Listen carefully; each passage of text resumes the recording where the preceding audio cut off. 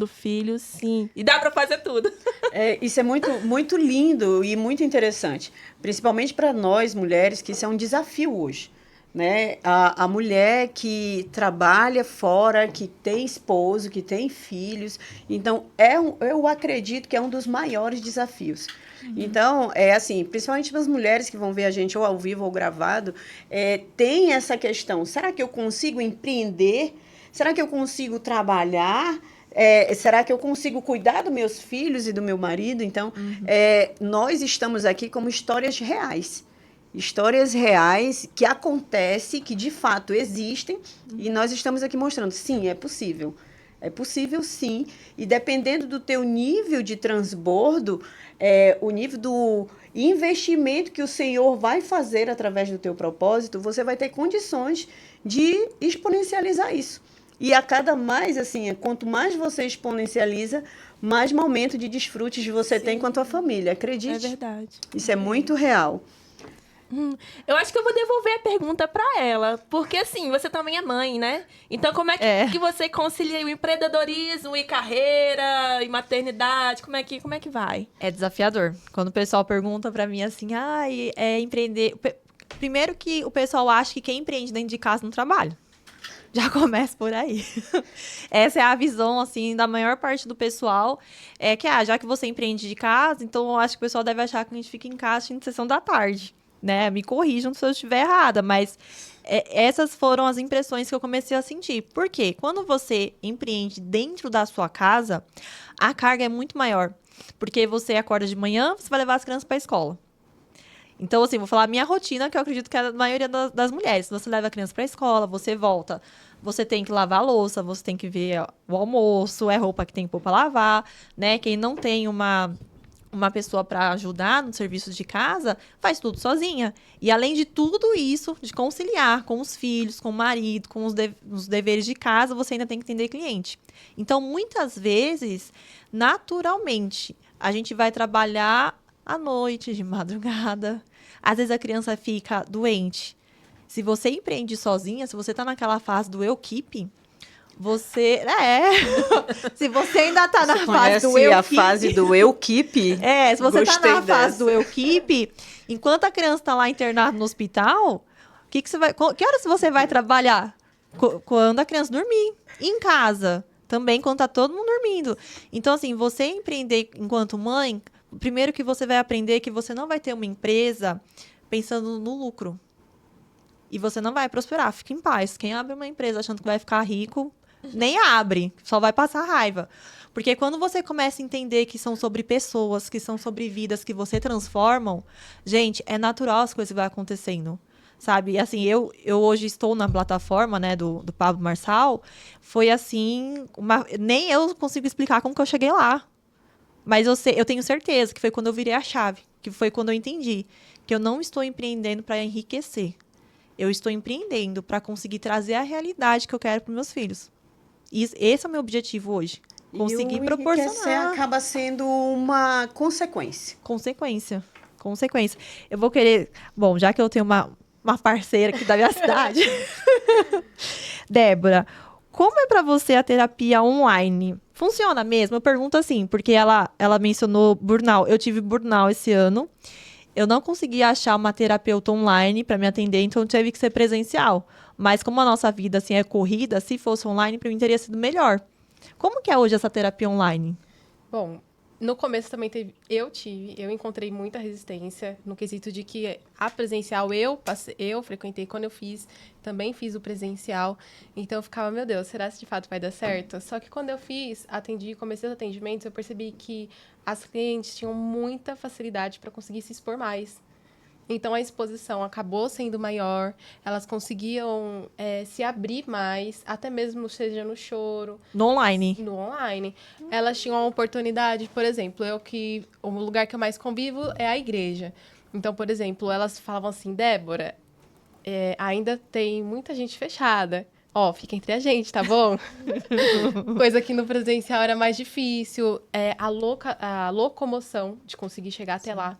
Então, tipo, até para o paciente fica muito mais fácil para ele em questão de economia, em questão de ele poxa, se eu atrasar 5 minutos, é só avisar ela aqui, porque eu estava fazendo tal coisa. Então, em questão de atraso, pontualidade, o cliente ele demonstra mais facilidade quanto a isso. Então, eu percebi que o atendimento online, ele contribui, assim, não é presencial, tato a tato. Existem pessoas que ainda preferem, sim, mas eu percebi que, de fato, ele contribui muito, muito mesmo. E eu pensei que não só da minha parte como terapeuta, mas também dos clientes, de eles conseguirem se abrir, eles se sentem mais à vontade, eles se expõem mais. Pelo menos comigo, essa tem sido a minha experiência. Até aqui tem sido isso. Que legal, eu fico assim impressionada, porque hoje você pode ver que com o uso da internet, realmente não tem desculpa. Se você tem uma profissão, você tem um desejo de empreender, hoje o uso da internet ajuda muito. E eu fico muito, muito feliz, assim, sabe, com tudo isso que está acontecendo, pelo fato de você levar uma solução para pessoas. Sim. E foi o que ela falou, né? A questão do tempo para filhos, do tempo... Então, quer dizer, e ainda a locomoção.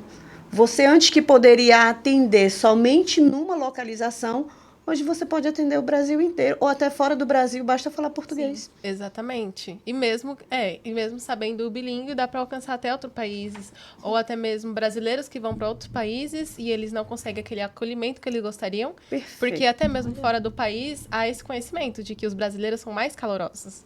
Então, até pesquisando sobre outros países, sobre como são dadas as terapias, até mesmo hoje fora procuram os brasileiros. Isso é algo muito interessante. Eles mesmo lá fora, eles procuram brasileiros que se formaram dentro do país de origem. Legal. Por conta dessa caloria que nós brasileiros temos. E então, mesmo quem for brasileiro também acaba tendo essa oportunidade. Poxa vida, eu tenho a minha colega, que no caso sou eu, né? Eu tenho a minha colega que ela é brasileira e eu consigo entrar em contato. Então... Muito legal. Muito assim, mais fácil. eu posso já direcionar aqui uma pergunta, que eu sei que você vai perguntar a alguém, mas eu vi assim, o teu perfil, né, é de uma mulher cristã. E você faz questão de expor isso nas tuas redes sociais. Como psicóloga, como é que isso afeta diretamente, né, na tua profissão? Eu acredito que positivamente, né? Mas aí eu pergunto para você, como é que isso interfere alguma coisa nos teus atendimentos? Ou você se sente mais receptiva ao mercado diante dessa tua postura? Então, em questão aos meus atendimentos, não sinto que isso interfira negativamente, nem mesmo nos meus atendimentos diretamente, porque eu não estou ali dentro para falar sobre religião especificamente. Como psicóloga, eu atendo aos meus clientes a demanda que ele me traz, a dor que ele me traz. Eu estou para escutá-lo naquilo que ele tem para me trazer. Então, sobre a minha pessoa, eu sou Débora Pereira, psicóloga. O que você tem para me trazer aqui hoje? Perfeito. Então, vejo o que ele tem para mim. Em questão de eu colocar eu como cristã, é porque eu preciso me apresentar, eu preciso mostrar quem eu sou. Afinal de contas, se a gente procura um profissional, a gente quer saber de onde ele é, quem ele é. E, às vezes, pelo menos às vezes que eu fui procurar psicóloga, eu procurei saber quais eram os princípios dele. Já passei com psicóloga que eu sabia que ela era ateia, conforme os atendimentos iam seguindo. Para mim, particularmente, minha experiência foi horrível. Eu regredi muito, porque ela debatia comigo coisas que eu dizia que eu não iria fazer por conta daquilo que eu tinha para mim como valor.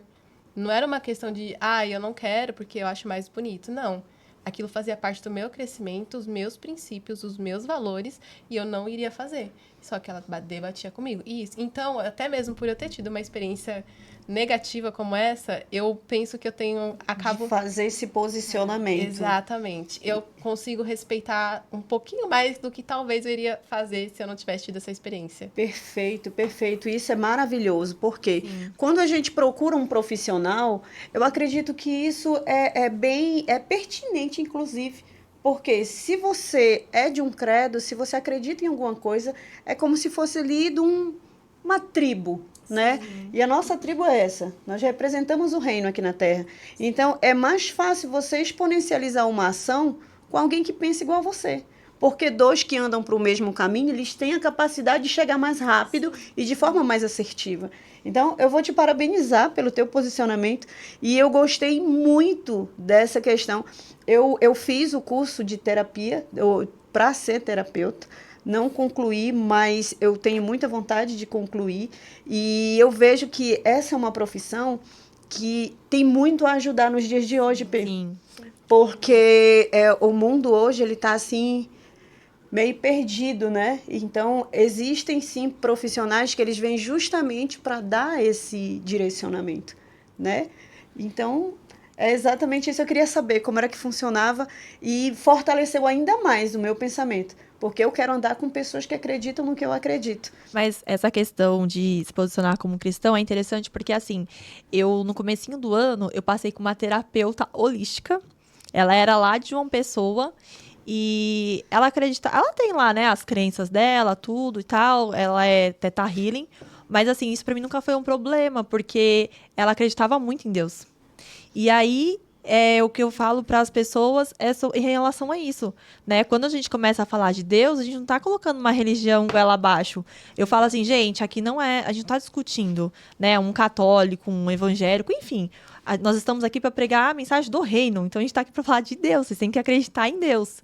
E aí, assim, quando eu vejo o pessoal colocando que é sobre cristão e falar assim, não é religião, é acreditar em Deus mesmo, eu acho isso muito interessante. Sim, até é interessante você falar isso, porque eu já atendi clientes que não eram da minha religião, não seguiam também aquilo que eu sigo, e mesmo assim foi tudo bem. E era muito legal, porque eles demonstravam respeito por mim, mesmo sabendo de que não eram a mesma linha, e ainda assim eu também conseguia retribuir.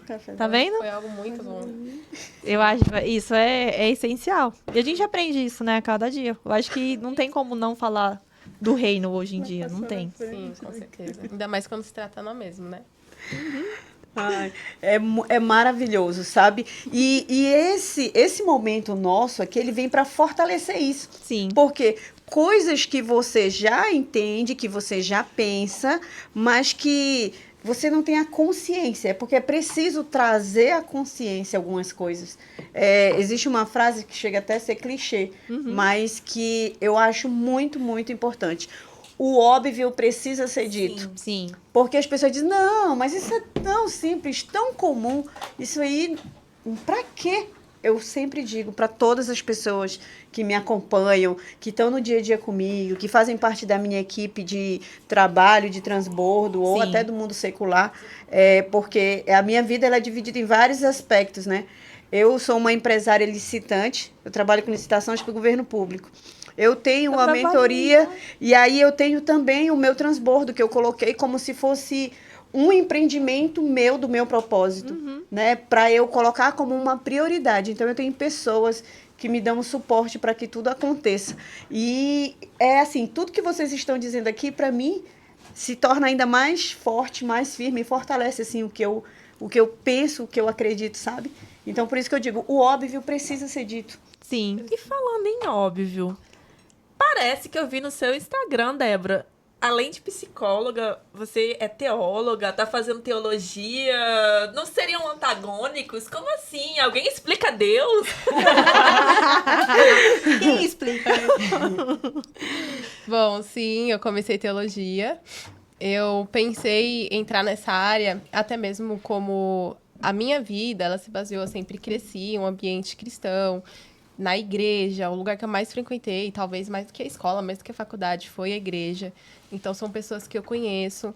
E as pessoas que eu conheço, convivo, elas ainda têm, muitas, a maioria em si, tem um pensamento muito fechado quanto a isso. Muitas delas carregam tabus, pensam que pode ser falta de Deus, e só que elas sofrem com isso. Então, eu pensei comigo, pensando na área da psicologia. Óbvio que existem vários propósitos por trás, mas pensando na psicologia, eu diria que eu pensando comigo, eu conseguindo entender um pouquinho mais desse outro lado, entrando mais fundo ainda, porque eu sei, mas eu não sei tanto.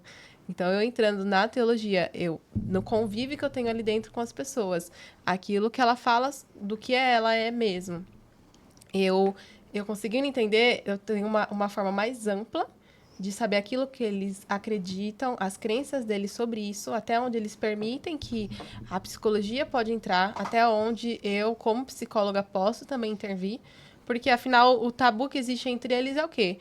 A psicologia, ela conseguiu ser reconhecida quando ela conseguiu se desvincular da religião, porque a igreja, o papa, eles eram totalmente ligados.